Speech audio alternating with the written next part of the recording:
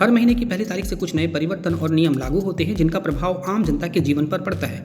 फाइनटेक guide इस channel पर महीने के अंत में एक वीडियो अपलोड करती है जिसमें यह जानकारी दी जाती है कि आने वाले 1 तारीख से इंश्योरेंस, फाइनेंस और पब्लिक लाइफ से जुड़े हुए कौन से परिवर्तन लागू होने वाले हैं जिनका प्रभाव आम जनता के जीवन पर पड़ने वाला है।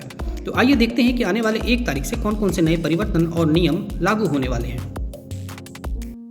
IRDA का कमीशन बिल 2023 1 अप्रैल से लागू हो जाएगा, अर्थात एजेंट्स के ऊपर जो एक कैपिंग थी कमीशन की उसको हटा दी गई है IRDA की तरफ से और इनको कंपनियों के ओवरऑल एक्सपेंस में डाल दिया गया है। अब कंपनियां तय करेंगी कि एजेंट्स को कितना कमीशन दिया जाएगा। इससे कस्टमर्स पर कोई प्रभाव नहीं पड़ेगा क्योंकि ये तो ओवरऑल एक्सपेंस के अंदर ही रहेगा और ओवरऑल एक्सपेंस बढ़ने वाली नहीं है, तो इससे कस्टमर्स को कोई नुकसान नहीं होगा। लेकिन हाँ, एजेंट्स को इससे ज़रूर फायदा होगा और आने वाले समय में जो कंपनियों के बीच कंपटीशन होगी इसका फायदा एजेंट्स को मिलेगा। इस पर एक डिटेल्ड वीडियो इस चैनल पर अपलोड की जाएगी, तो आप इस चैनल के साथ लगातार बने रहें। इसको सब्सक्राइब कर लें, बेल आइकन को भी प्रेस कर दें जिससे इस पर कोई वीडियो अपलोड हो तो उसका नोटिफिकेशन आपको मिल जाए।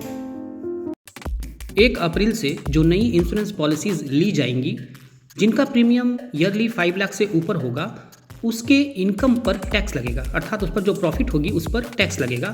लेकिन जो 31 मार्च तक ले चुके हैं इंश्योरेंस पॉलिसीज उस पर यह लागू नहीं होगा, साथ ही यूलिप पर भी यह लागू नहीं होगा। अडानी ग्रुप्स में इन्वेस्टमेंट के कारण आलोचना झेल रही LIC अपने डेब्ट और इक्विटी मार्केट में इन्वेस्टमेंट की सीमा को तय करने वाली है, अर्थात एक तय सीमा के अंदर ही वो डेब्ट तथा इक्विटी मार्केट में निवेश करेगी। हालांकि फिलहाल IRDA के रूल के अनुसार किसी भी एक कंपनी में 10% से अधिक कोई भी इंश्योरेंस कंपनी निवेश नहीं कर सकती है, लेकिन LIC अपने लिए एक सीमा तय करने वाली है जिससे कि फ्यूचर में उनके इन्वेस्टमेंट रिस्क को कम किया जा सके। भारत की सबसे बड़ी इंश्योरेंस कंपनी LIC के नए चेयरमैन सिद्धार्थ मोहंती को नियुक्त किया गया है, जो अगले 3 महीने तक अपने इस पद पर कार्यरत रहेंगे।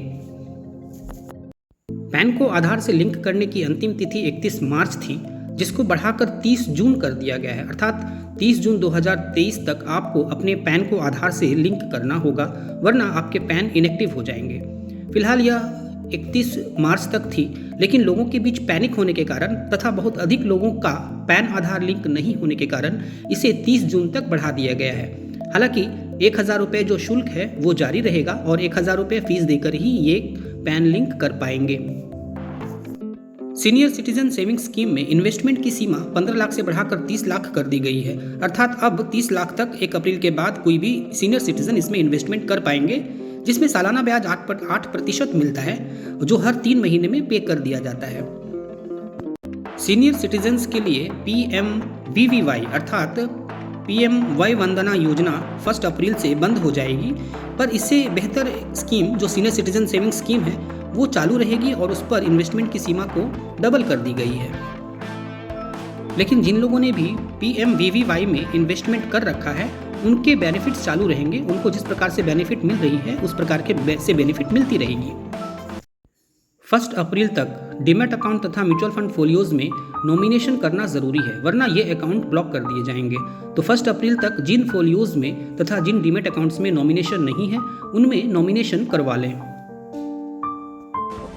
डेब्ट म्यूचुअल फंड को LTCG के टैक्स छूट से बाहर कर दिया गया है, अर्थात long term capital gain tax छूट से डेब्ट म्यूचुअल फंड्स को बाहर कर दिया गया है।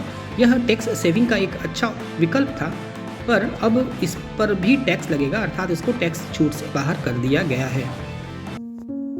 1 अप्रैल से by default new tax regime income tax home page पर शो करेगा, अर्थात जब टैक्स फाइलिंग के वेबसाइट पर जाएंगे तो बाय डिफ़ॉल्ट आपको वहां पर न्यू टैक्स रेजिम ही शो करेगा। पहले ओल्ड टैक्स रेजिम वहां पे शो करता था, लेकिन जो लोग चाहते हैं कि ओल्ड टैक्स रेजिम में अपने इनकम टैक्स फाइल करें तो वो चूज करके वहां से ओल्ड टैक्स रेजिम में भी इनकम टैक्स फाइल कर सकते हैं, अगर वो इन्वेस्टमेंट के द्वारा टैक्स में छूट लेना चाहते हैं। 1 अप्रैल से 7 लाख तक का इनकम टैक्स फ्री होगा, यानी अगर आपकी इनकम 7 लाख है और आप टैक्स सेविंग स्कीम्स में इन्वेस्ट भी नहीं कर रहे हैं तो भी आपको कोई टैक्स नहीं देना होगा, अर्थात 7 लाख तक का इनकम टैक्स फ्री होगा विदाउट एनी इन्वेस्टमेंट। जनता को ठगी से बचाने के लिए अब गोल्ड के ऊपर सरकार ने एक नया नियम लागू किया है। 1 अप्रैल से अब 6 डिजिट HUID हॉलमार्क ज्वेलरी ही बिक पाएंगी। बिना 6 डिजिट HUID हॉलमार्क के अब ज्वेलरी को कोई बेच नहीं पाएगा। महीने की पहली तारीख से एलपीजी के दामों में परिवर्तन होता है, जिसकी घोषणा सरकार पहली तारीख को कर देती है। तो 1 अप्रैल से भी एलपीजी के दाम में परिवर्तन होगा।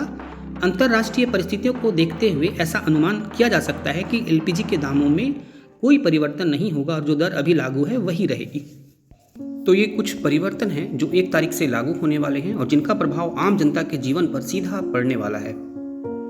इंश्योरेंस, फाइनेंस और पब्लिक लाइफ से जुड़े हुए इन्फॉर्मेटिव वीडियोस के लिए फाइनटेक गाइड को ज़रूर सब्सक्राइब कर लें और साथ ही बेल आइकन को भी प्रेस कर दें, जिससे जब भी कोई वीडियो अपलोड हो तो आपको उसका नोटिफिकेशन प्राप्त हो जाए। Thank you.